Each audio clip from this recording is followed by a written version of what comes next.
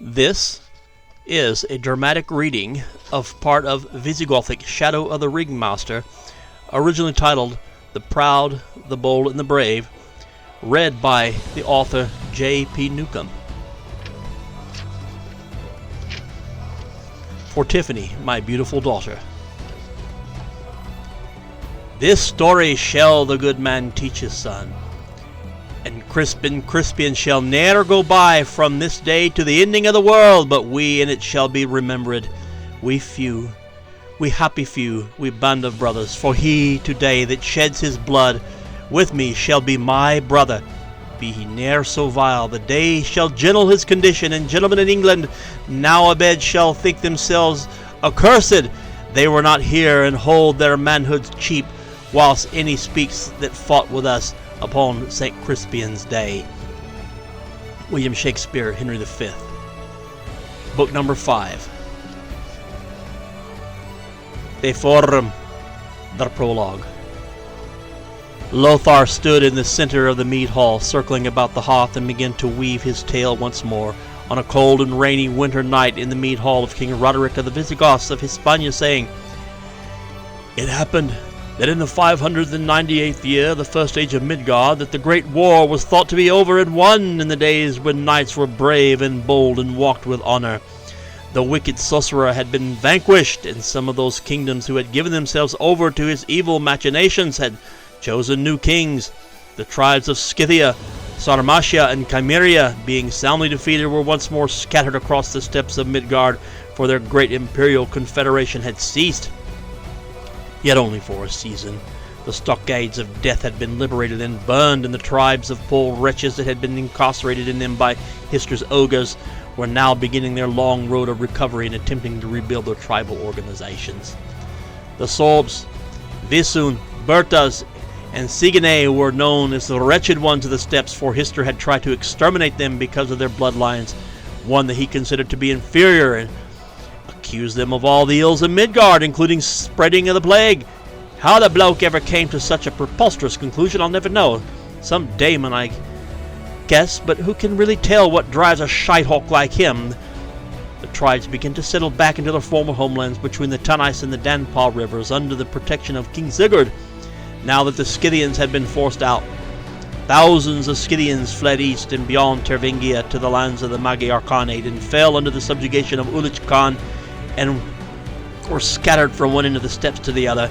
These people discarded their old names of Scythians and began calling themselves the Saka. The people of Tervingia had at last been given the chance to breathe the sweet air of freedom at long last, but the plains were filled with graves and bone fields, some of which can be seen to this very day. The tribes of the Tervingian Empire, the Getic, the Gepids, the Sedons, the Masagete, the Tesagete, and the Guthida could now return to their own regions and longed for steps of home to rebuild their individual lives, not merely as separate tribes, but within the united Tervingian kingdom. Each tribe would now have a duke, one who had been appointed from their own reichs or lords by King Sigurd, the mighty griffin who would continue to sit on the eagle throne as king of Greater Tervingia. In spite of the peace, the armies remained assembled lest the slaughter wolves reform and rearm, and the goblins yet remained an implacable foe. But for now they had retreated into the vastness of their mountain recesses, within the crags of the great lofty mountains, that great Caucasus range. We know in retrospect that 'twas only a new phase of the same war, and truly the Midgard War would not be over until the goblins had been forever vanquished. But who could blame our ancestors for thinking that it was over, for not only had Hister fallen, but the Cimmerian king Croesus and the Sarmatian king of the same name had formerly surrendered and had been placed under tribute, and it was Gondark, the Jarl of Sanfrith, that was assigned to collect it every year at harvest. His lands, the Jarldom of Sanfrith, had been enlarged at the expense of the Cimmerians and the Sarmatians by 167 leagues, or 500 miles. The gargoyles fled to the caves of Dacia, and the ogres retreated to the black land of Morag, but were crushed in battle by the fauns and had surrendered. Their leader, Eldor Thane Gorkan Mar, fled with a price on his head of 1,000 gold pieces for his complicity in the stockades of death. The gnomes, after great losses and the invasion of Agastri by the fauns, surrendered and were placed under tribute to the Faun Republic. Now they went silent in terrible disgrace, and even King Throng's children plotted to remove the old Nibelung from the throne. However, Ravenswood of the Hugens folk was never located, lying deep within a valley in the dark forest of Dacia, and so these big-speaking ravens flew home. Yet King Svart plotted new schemes to slay all humans, and he planned for his dear daughter Morgana to help him avenge the deaths of Argab, Vitor, and Solano. So, for now, calm prevailed over all Midgard as a frigid cold of winter closed in on the steppes, and all the peoples were in shelter as the new year started, even 7 years after the beginning of the rebellion, beginning of the 599th year of the first age of Midgard. Celebration of the new year was a festival of 12 nights. One was the most important of all Gulmerian holidays. On the night of the 20th of Frey month, or Monsugur, or Yule month, the angel Yevigni Freyr rides over the earth on the back of his shining white spirit boar, bringing light and love back into the world. Yule signifies the beginning and end of all things, the darkest time, shortest hour of daylight during the year, and the brightest hope re-entering the world. During this festival, the wild hunt is at its greatest fervor, and the dead are said to range over Midgard and its retinue. The angel Wotan is the leader of the wild ride, charging across the sky on his horse Sleipnir in a very awe-inspiring vision. The children would leave their boots out by the hearth on Solstice Eve, filled with hay and sugar for Sleipnir's journey. In return, Wotan would leave them a gift for their kindness. All through the city there was a feeling of joy, and the people drank hot cider, wine, and lit great bonfires. This was Weihnachten. That long ago winter in the first age of Midgard had not been uneventful, for King Sigurd and Queen Gwaenlyn had shared their very heated and passionate love with one another once more, and on the 25th day of Yule month, at the time of the winter solstice celebration, the king announced that the queen was with child and was due to give birth in the month of Haenor and Thrimanthor, hay month and double month, at the start of the harvest. For he declared to all those assembled, "And it shall be a glorious harvest, for thy queen shall harvest another child for the kingdom." Everyone cheered, and the ale flowed freely. The king stood, lifted up his drinking horn, and cried, "Skål!" Everyone in the great hall in turn stood, and lifting up their drinking horns and mugs, replied resoundingly with "Skål!" and all drank down their ale or mead, whatever they happened to be drinking. In the meanwhile, having been dealt a crushing blow at the Battle of the Fords of Chug, and being cast out of the country by the great Unity being, the Triad of Evil, Hister, his mother Svetlana, the matron princess of the coven of the Carpathian cave witches, and Hister's sister Ankerboda, Frau Eisenwald, that wicked witch of Merkvidir, found themselves exiled and without power and in hiding for their lives.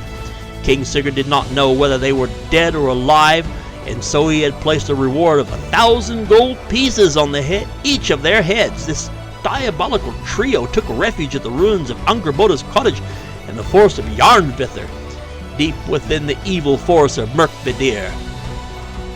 Here they were as wounded lions, hiding away in a den and licking their wounds. Loki's defeat at the hands of the armies of Asgard had forced that Satan and his allies back into the shadows of the netherworld, Vanaheimer, and he abandoned Adolwulf Hister. Therefore, Hister hid away to scheme and plot how he could return to power and re-establish an empire even greater than that which had fallen. But 'twas a madman's fantasy, for he was losing his mind now in fits of mouth-frothing rage. At times he would fall into it, rolling on the floor of their cave and chew the edges of the elk-skin hides that covered the floor, and his mother was afraid that he was going to roll into the fire. All of Merkvidir was frozen, and the hoarfrost coated everything. Great icicles hung from the leafless trees, and in his moments of lucidness Hister's thoughts returned to that of his son and concubine, the wife, or whatever she was to him. His mother came to his side as he sat at a table drinking hot wine, saying, "The gargoyles and others who survived the flaming destruction of Castle Kolobo were, when I last spoke to them before this debacle, was sure that both Heike and Iblis have perished in the Holocaust. Because of your foolishness, my grandson has died. You had them locked in the tower, and there was no escape for them as a fire raced up through the woodworks, making the stone hotter than an oven. Adolwulf, you fool! You must now find another wife and conceive another son, or there will be no heir to pass on the inheritance." He replied, but fell into a dark depression, but Angerboda did. Or he replied not, but fell into a dark depression. But Angerboda did, rolling her eyes, and she ate pork, saying incessantly, "Oh, ma'am, don't be a mum. You were never good at it." Svetlana retorted, "I am returning to the coven in Carpathia to regenerate my power, you ungrateful brats." Angerboda replied, "Take your broom and leave, mum, and don't let the door hit you in the arse on the way out." Svetlana, shouting in a rage, cried, "Why, I have been cursed with such wretched, blasphemous children! I see you, Adderwolf, are a lunatic. In a matter of days you've gone from being the mightiest sorcerer king in Midgard, the greatest warlock of all time, ruler of the Dark North, to a pathetic exile, a fugitive on the run with a price on his head in a frozen swamp. I see you falling down, frothing at the mouth, chewing at the carpets, and raging in the woods in a loincloth, unbathed. Because of the two of you, all Mystery Babylon has fallen, and there must be another out there who would assume your power, and I'll find him." Hista began to tremble. Having some sort of seizure, he fell to the floor, shaking violently, writhing about the floor. 'Twas as if he were looking through a gateway, and in that gateway stood the brilliant white figure of Yoshael, pointing at him, saying, "The dragon is withered. Niflheim awaits you, Adderwolf." Hista's eyes were wide and open and bloodshot, and he cried, "No! Elves, beasts, bedlam, bedlam!" Svetlana and Angerboda rushed to him, and his mum cried, "He's epileptic! Yoshael has done this! Give me the elixir, Angerboda, and quickly!" The Witch of Merkvadia ran to her cupboards and grabbed a glass bottle filled with syrup, made from extracts of burning bush, groundsel, hydrocodone, lily of the valley, mistletoe, mugwort, peony, skullcap, tree of heaven, and valerian roots. She handed it to her mum and sat on Hister to hold him down, while Svetlana took him into a headlock and forced the bottle into Hister's mouth and forced him to drink it. Hister's eyes rolled back in his head, and he slowly began coming out of the seizure as his mum and sister held him, chanting prayers to Loki. They took him to his bed and laid him down, where he fell into a deep sleep. Svetlana said to Angerboda, "Take care of my Adderwolf until I return. Your child will pay for this. Mark my words." She bundled herself up in her warm furs and stormed out of the cottage and flew away on a witch's broom into the cold winter sky, uttering curses and obscenities. But what of those who had vanquished Hista? No one else had heard of the Sons of Light or the Circle of the Spirit Maidens in months, save a brief appearance of Dithranti and Wolfenburg, and even Garosa Riddick and her elf thanes, Raphael and Hudael, were missing.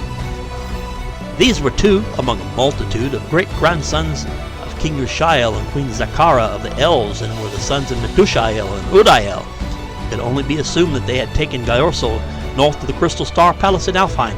In fact, it was assumed that the wizards and spirit maidens were there, and even Master Bong, son of Biok and Minze, the white wizard and spirit maiden of the East, had vanished without a trace.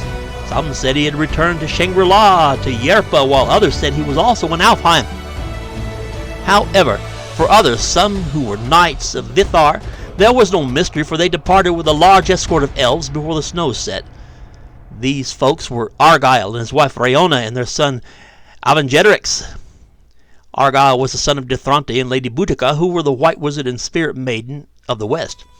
In addition, Molly and Seamus, along with little Liam and their newly born daughter Ailish Aislinn O'Hurleyhune, went north with the elves, along with Ferdgo Brownick, the leprechaun who had been engaged to the Lady Gladvin.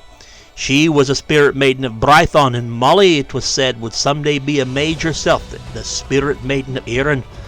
All of them had said their goodbyes after Molly's baby had been born in the spring, departed on their horses for Alfheim, leaving behind the leprechauns Rory O'Flannan and Ongus Killian.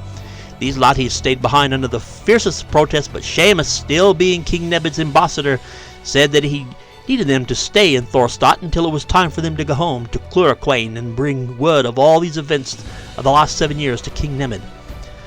But when will that be? Seamus asked Ongus. Seamus replied, "When the next spring comes, take all the dispatches and letters, drawings and such as I gave ye in the satchel. However, don't ye dare go it alone, laddies. Have King Sigurd send some knights with ye and get ye arses back home to Cluraquain without delay." Seamus, Molly, and Ferdgo Brownick went north with the main body of the Elvish army towards the southern edge of the glacial ice from which underflows the river known as the Rims of Zeron. However, a great and body of elves stayed there at Thor's thought to aid King Sigurd and to help mend the physical and spiritual wounds of those who had survived history's stockades of death, to hunt down the ogres who had perpetrated these atrocities.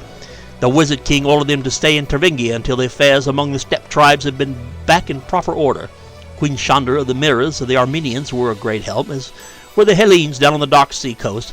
King Togerbeg had made his way home that spring to the Stonebelt Fells as well, with about half of the dwarves, but was back a month or so after Seamus and family had departed with the elves. Unknown to either them or Svetlana and her offspring, a new evil was beginning to stir in the shadows, moving unseen and undetected amongst the good folk of Midgard. The evil spirit of a ring of sorcery had contaminated someone, and that person thought to become a ringmaster. King Sigurd was in great danger, as was his son Ronan, for a shadow was beginning to once more extend over the good people of the land. They were soon to be living in the ever-growing shadow of the Ringmaster, unaware of the peril that was arising once more across the good green land. All of you who sit here on this night of storytelling here in Merida with our beloved King Roderick are the heritage of these noble folk of whom I tell, which triumphed during the first age of Midgard.